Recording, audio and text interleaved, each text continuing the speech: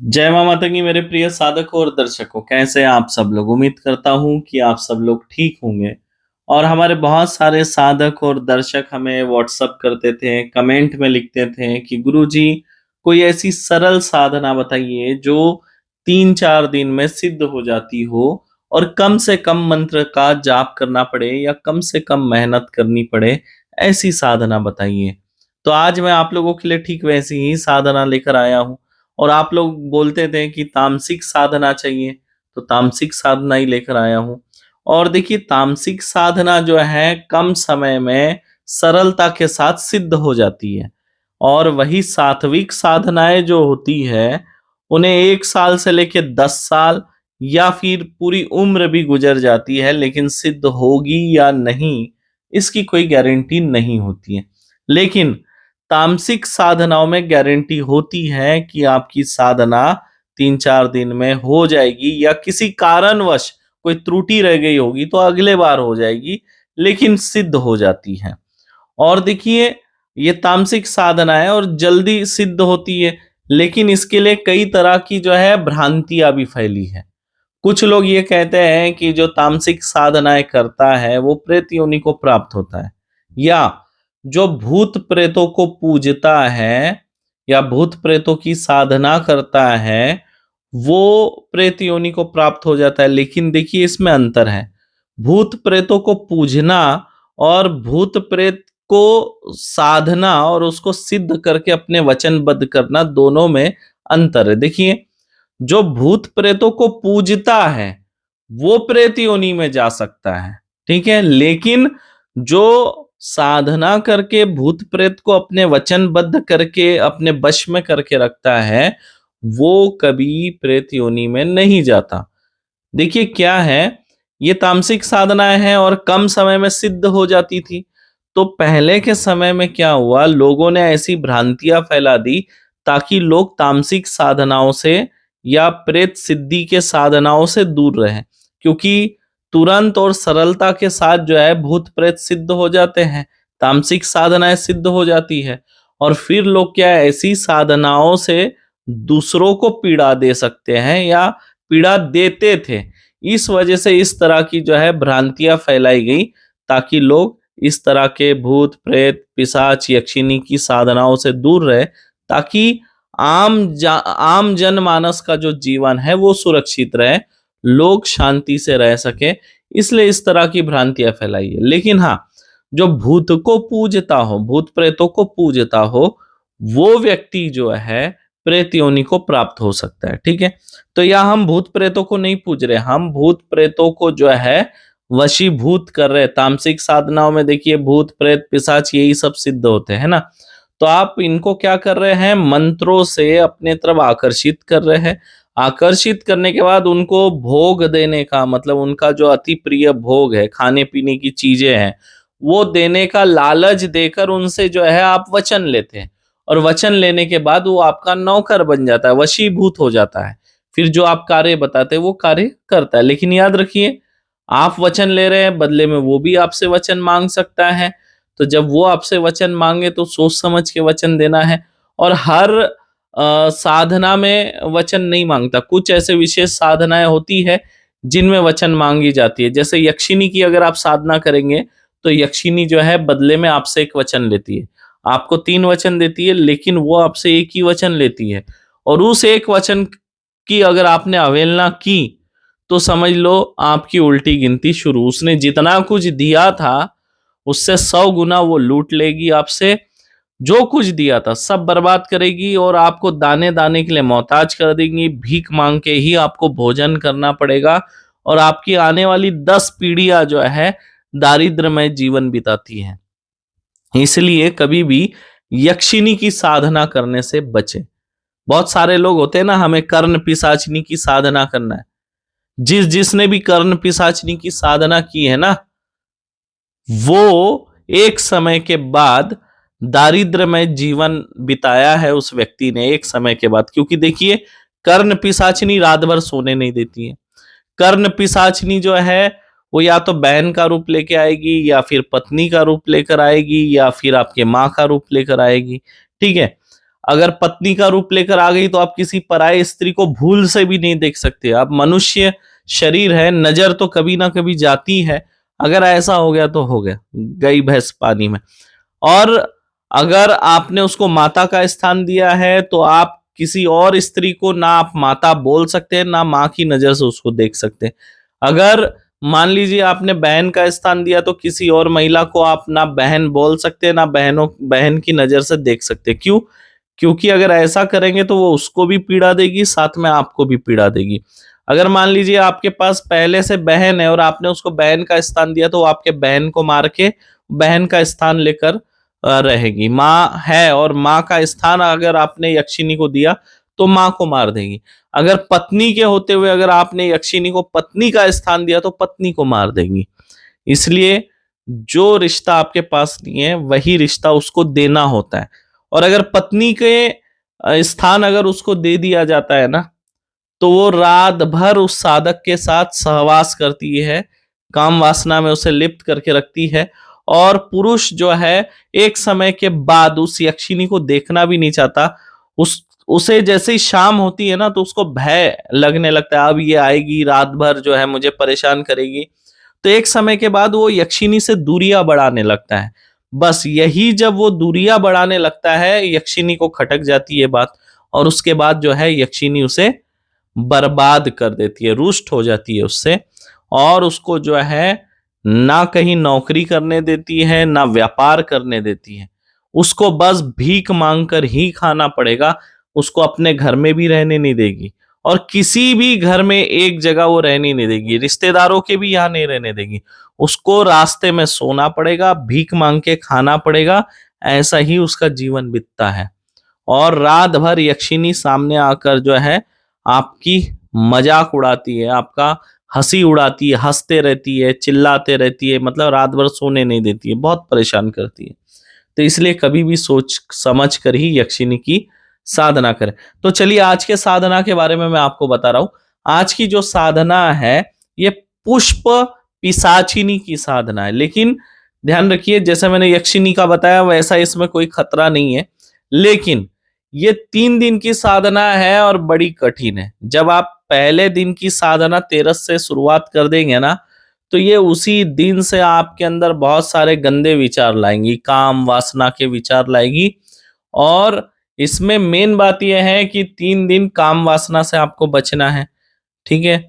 पत्नी से या जो भी कोई अगर आपका पार्टनर है उससे आपको दूर रहना है। ये बार बार आपके मन में काम वासना गंदे विचार लाएगी, इससे आपको बचना है 3 दिन, ठीक है। 3 दिन की ये साधना है। इसमें आपको क्या लगेगा, जो मुरमुरा है मुरमुरा रखना होगा, और जो काला चना होता है भुंजा हुआ वो लगेगा आपको। और इसमें आपको मदिरा लगेगी। मदिरा को मिट्टी के प्याले में रखना है, ठीक है। और इसमें जो है आपको मछली, जो छोटी वाली मछली होती है वो इसमें लगता है। और अगर मान लीजिए अगर आप सात्विक है, मछली का भोग नहीं दे सकते हैं, तो इसके जगह में आप जो है अंडा रख सकते हैं, कच्चा अंडा, ठीक है। उबला हुआ अंडा नहीं होना चाहिए, कच्चा अंडा रख सकते हैं इसकी जगह। अब आपको क्या करना है, हवन सामग्री लेना है, और हवन सामग्री में चमेली के पुष्प मिलाना है। हवन सामग्री कम से कम आपको आधा किलो लगेगी। उसमें आपको गुड़ डालना है। देख लीजिए, मैं सामग्री आपको बता रहा हूँ। हवन सामग्री आधा किलो लेंगे, उसमें आपको लगभग 1 पाव गुड़ डालना है। उसमें लगभग 1 गिलास देशी शराब डालना है। चमेली के पुष्प कम से कम 1 पाव उसमें आपको मिलाना है। गूगल मिलाना है, छार छबीला मिलाना है, कपूर कचली मिलाना है, और पीपल और बरगद की सूखी लकड़ियों का चूरन मिलाना है। आप दिन में कहीं से जमा करके ले आएंगे, ठीक है। अब आपको क्या करना है, आम की लकड़ी और थोड़ी सी आंख मदार की लकड़ी, इसी से आप हवन करेंगे। पहले तो आप जहाँ पे भी जो स्थान आपने ढूंढा है वो एकांत होना चाहिए, जंगल होना चाहिए, दूर दूर तक कोई ना आए। शमशान हो तो बहुत अच्छा है, नदी का किनारा भी चलेगा, मतलब जो शमशान घाट बोलते हैं नदी के किनारे वाला, वो भी चलेगा।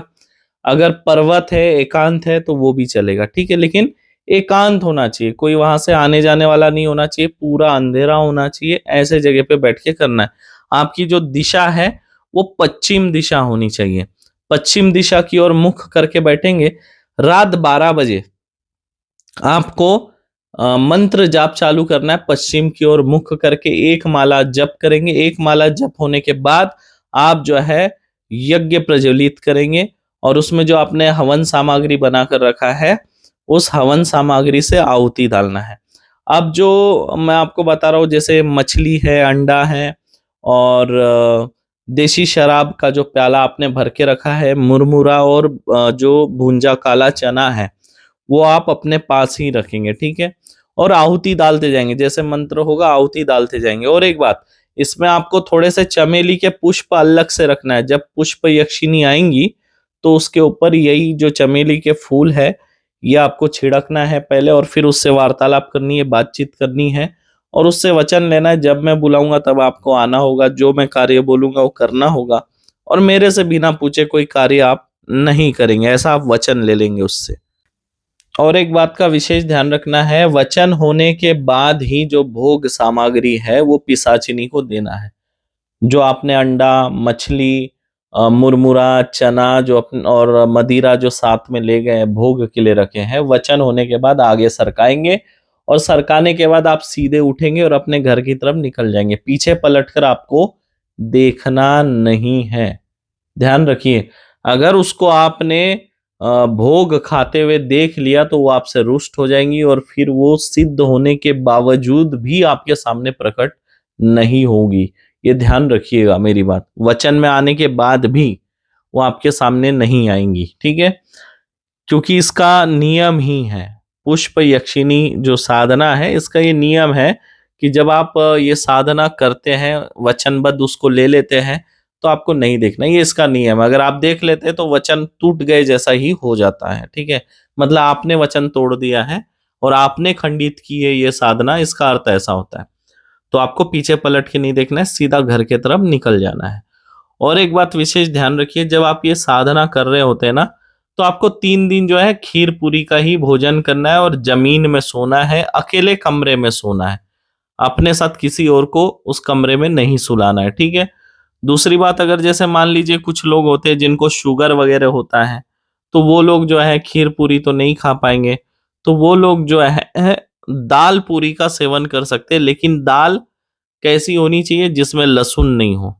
दाल केवल जीरा दाल जो बोलते हैं ना, फीकी दाल, जिसमें केवल जीरे का तड़का, नमक और दाल होता है, बस फीकी दाल, जीरा दाल और पूरी खा सकते हैं, ठीक है। लेकिन मिर्च मसाले का प्रयोग आप नहीं कर सकते जब तक आप ये 3 दिन की साधना कर रहे हैं तब तक।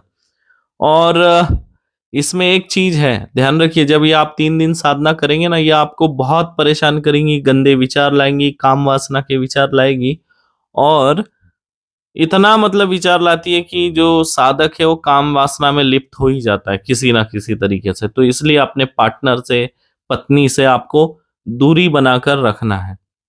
और ये साधना बहुत सरल है, लेकिन जो डरपोक है उनके लिए सरल नहीं है, भयभीत होने वालों के लिए सरल नहीं है, क्योंकि ये डराती बहुत है। जब आप ये साधना करने जाएंगे ना, तो आपको पहले दिन तो कुछ नहीं लगेगा, लेकिन दूसरे दिन से बहुत डराएंगे। और कुछ कुछ लोगों को तो पहले ही दिन से डराना चालू कर देती, कभी सांप बन के आएगी, कभी एक विचित्र सा प्राणी बनकर आ जाएगी, है ना। बहुत परेशान करती है कि किसी भी तरह आप भाग जाए। लेकिन 3 दिन में ये साधना सिद्ध हो जाती है। इसमें आप जो है किसी तरह का शरीर बंधन नहीं कर सकते, रिंगन नहीं लगा सकते, लेकिन डरने की कोई बात नहीं, ये आपको नुकसान नहीं पहुंचाएंगी, सिर्फ डराती है। बाकी आप पे किसी तरह का हमला नहीं करेंगी। लेकिन साधक जो है डर के भाग जाता है, क्योंकि माहौल इतना डरावना हो जाता है कि साधक उठ के भागता ही भागता है।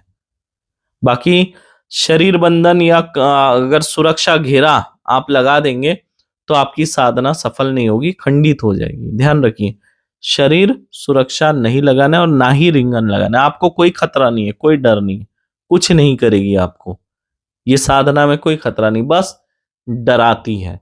और एक बार पुष्प पिशाचिनी जब सिद्ध हो जाती हैं तो उस साधक को किसी तरह की कोई कमी नहीं रहती। पुष्प यक्षिणी अथाह धन संपत्ति प्रदान करती हैं, और आपका भूतकाल भविष्य काल में जो भी समस्याएं आई हैं उसके बारे में जानकारी देती हैं। और आपके सामने जो व्यक्ति बैठा है उसका भी भूतकाल और वर्तमान ये बता सकती है, भविष्य नहीं बता सकती। मैं आपको क्लियर बता रहा हूँ, केवल भूतकाल वर्तमान बताएंगी। बाकी धन संपत्ति आपको अता देगी, बाकी आपके सारे काम करेगी। किसी को वशीभूत करना है, किसी से कोई काम लेना है, किसी को मनाना है, किसी में झगड़े लगाना है, किसी को जोड़ना हो, जैसा भी काम हो ये सारे काम करती है। सबसे बड़ा प्लस पॉइंट ये है कि साधक को ये अथाह धन संपत्ति देती है, किसी तरह की कोई कमी नहीं रहती है और ये नुकसान भी नहीं पहुंचाती है। बस एक बात ध्यान रखिएगा, जैसे मैंने बताया, जब आप साधना करोगे, वचन में ले लोगे ना, तो पीछे पलट के मत देखना, नहीं तो आपकी ये साधना खंडित हो जाएगी, है ना। सीधे घर चले आ जाना, भोग की थाली सरका देना, अपने घर की तरफ निकल जाना। बाकी आपको आज की ये साधना कैसी लगी है कमेंट करके मुझे जरूर बताना। और मैं अभी चाह रहा हूं कि आप लोगों को फिर से पहले की तरह मैं मंत्र दूं और मैं आपको सिखाऊं, लेकिन क्या करें, मेरी मजबूरी होती है, दरबार चलता है, मैं बहुत ज्यादा व्यस्त रहता हूँ आजकल। लेकिन फिर भी मैं प्रयास कर रहा हूं कि पहले की तरह आपको रोज एक मंत्र का वीडियो दूं, कोशिश रहेगी मेरी। और ऐसी और भी जो साधना है वो भी मैं आपको दूंगा। आप लोग कमेंट करिए कि आप लोगों ने आज तक हमारे कौन से मंत्रों का प्रयोग किया, क्या लाभ रहा, जरूर लिखकर मुझे बताएं उसका फीडबैक। दूसरी बात, आप कौन सी साधना चाहते हैं उस बारे में लिखिए, मुझे ठीक लगा तो उस पर मैं वीडियो बनाऊंगा, उस साधना आपको दूंगा। और आपको कौन से मंत्र चाहिए, लिपि मंत्र चाहिए, बंगाली मंत्र चाहिए, अस्त्र मंत्र चाहिए, जो भी चाहिए आप लिखिए, मुझे ठीक लगेगा तो मैं उसके ऊपर जरूर वीडियो बनाऊंगा। और अगर हमारे कोई पुराने वीडियो का पार्ट अगर शेष है जो हम बनाना भूल गए हैं, तो आप हमें कमेंट करके बताइए, गुरुजी इसका पार्ट 2 छूट गया है, इसका पार्ट 3 छूट गया है, तो उस पे भी मैं वीडियो बनाकर उससे कंप्लीट कर दूंगा। आशा करता हूँ आज का वीडियो आप लोगों को अच्छा लगा होगा। फिर मिलूंगा किसी और वीडियो में, तब तक के लिए आप सभी को जय मां मातंगी, शुभ रात्रि।